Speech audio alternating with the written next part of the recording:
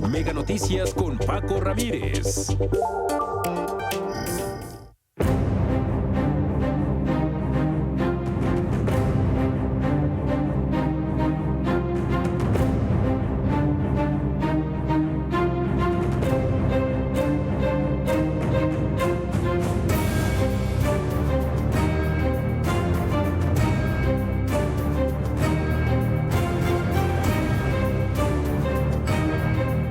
Un atentado, nos acaban de disparar.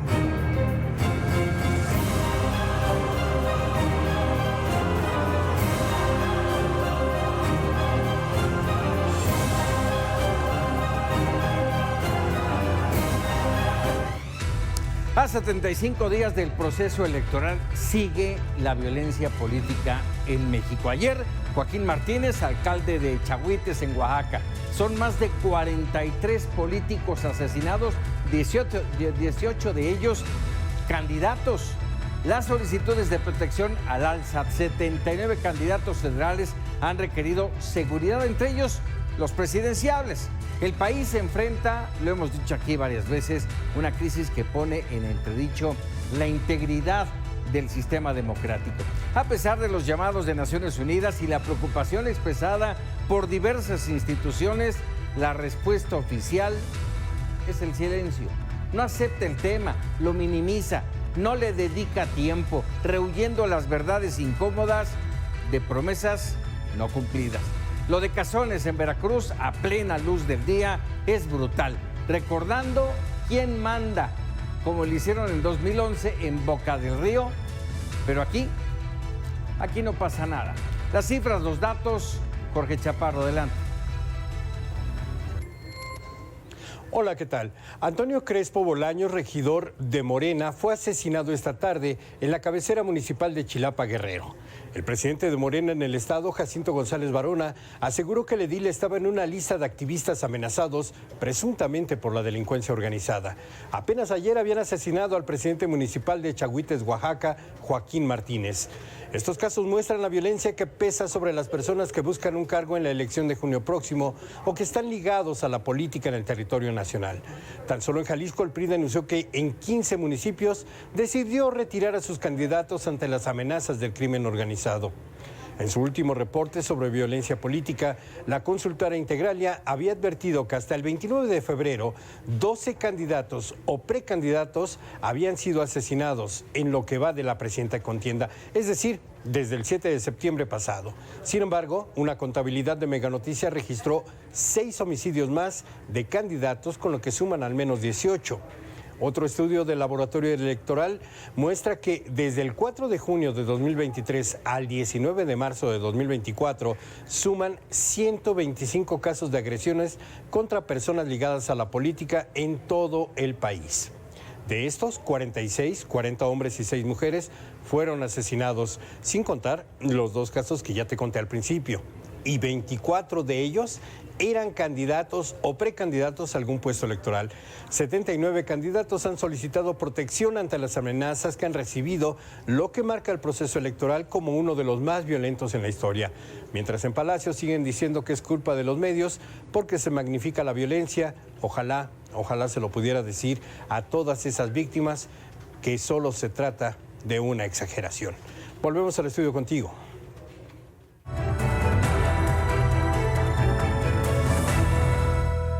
En palabras de Luis Carlos Ugalde, director general de Integralia Consultores. Luis Carlos, como siempre, un gusto saludarte. Buenas noches, como cada martes. A ver, déjame preguntarte de entrada, silencio. Hay mucho silencio en torno a la violencia política. No existe prácticamente, y menos si hay campañas. Bueno, lo hemos platicado en este espacio, Paco. Muy buenas noches. Este es el proceso electoral más violento en la historia de México.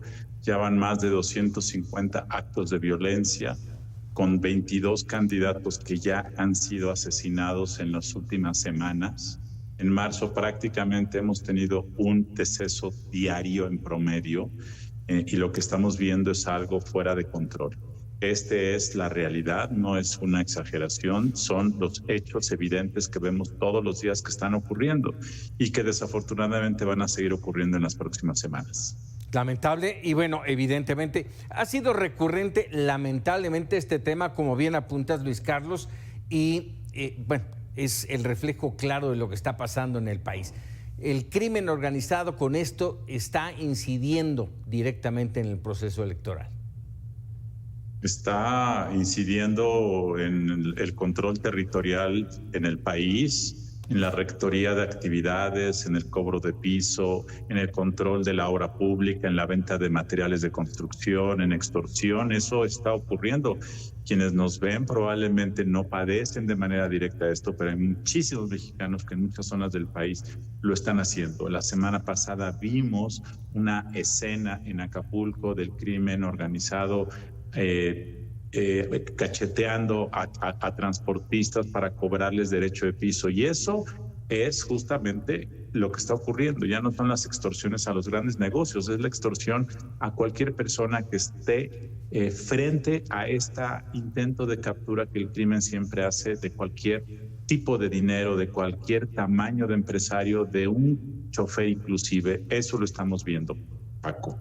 Caray, déjame cambiar de tema por supuesto electoral, dejar este asunto que es lamentable, pero vámonos con algo que ha generado mucho ruido en las últimas horas y tiene que ver con las encuestas que han mostrado, y hay que hacer la aclaración para nuestra audiencia, las encuestas no necesariamente marcan el pulso de una elección ni marcan una elección como tal. Pero bueno, ahí están y muestran hoy una ventaja significativa de la candidata de Morena, Claudia Sheinbaum.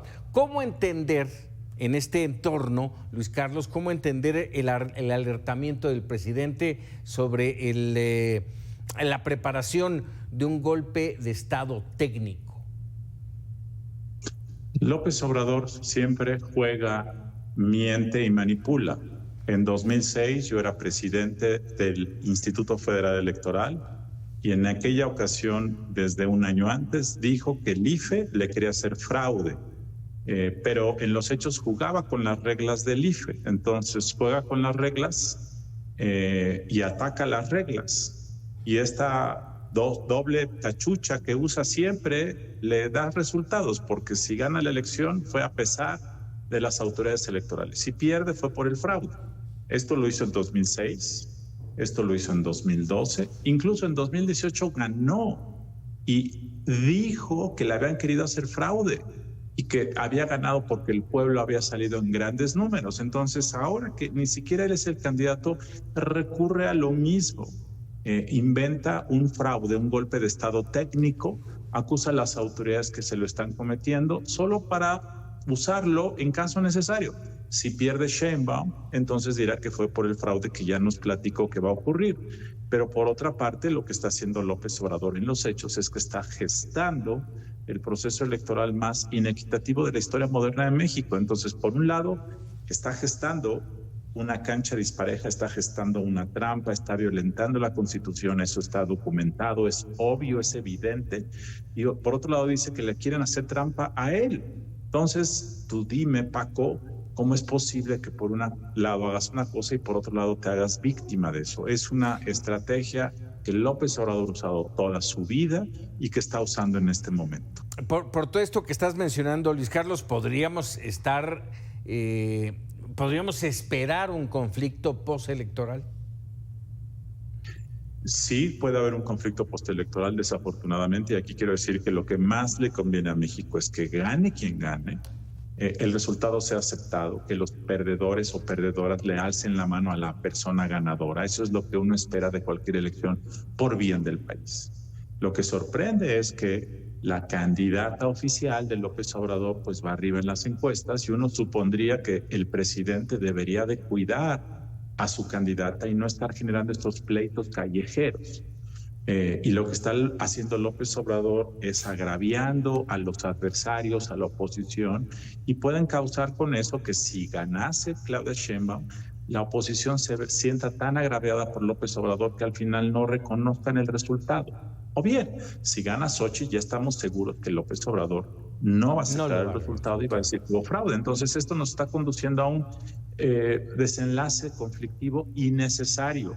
Pero López Obrador es su estilo de juego y estamos metidos en eso desafortunadamente.